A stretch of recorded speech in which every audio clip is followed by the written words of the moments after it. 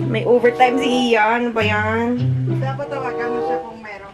We have 3 vids for you guys. So, it's gonna be my mom, Ken, my boyfriend, and me.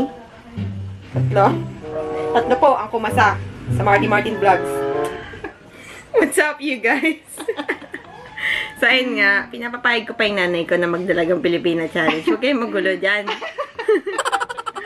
Ito siya. Oo, ang bangit pa, oh. Oh, ano? Hindi pa ako dalagang Pilipinas. Dalagang madumi. Ayun nga, guys, kumasa kami sa hamon ng dalagang Pilipina challenge ni nag-pisting dalagang Pilipina challenge. Pinagmumukha ni tayo. Tira ulo dito. So, ayun. Meron tayong mga videos. Kumasa kami sa hamon ng dalagang Pilipina. Watch this, guys. Watch this. Warning, medyo horror.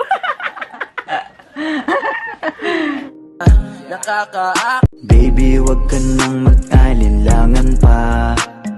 Alam mo naman talaga na kailangan ka.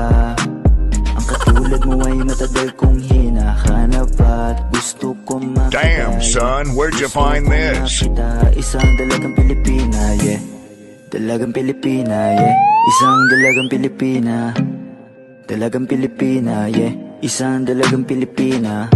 Wow, baby, nais kong nakita yung dalagitang Pilipina. Nakilala ko noon sa social media. Nakakaakit siya, kaya sa kanya ko lang nagpadala.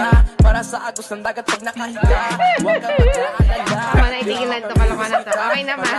Thank you so much. Hindi ba nila So, that's it, guys. Medyo ikinahiya po kami ng aming mga angkan, mga kaibigan. So, yun. Kung natripan nyo, gusto nyo kami pagtripan sa ginawa namin, hit like sa baba, tapos mag-subscribe na rin kayo para awan nyo na utang na loob, desperado na kami. Pati talagang Pilipina challenge, pinatulan na namin para mag-trending. Okay, guys, seriously, thank you so much for watching. Thank you for that 42 subscribers. Malapit tayo mag-100, guys. Gusto ko na mag-100, utang na loob. Just hit the like button, notification.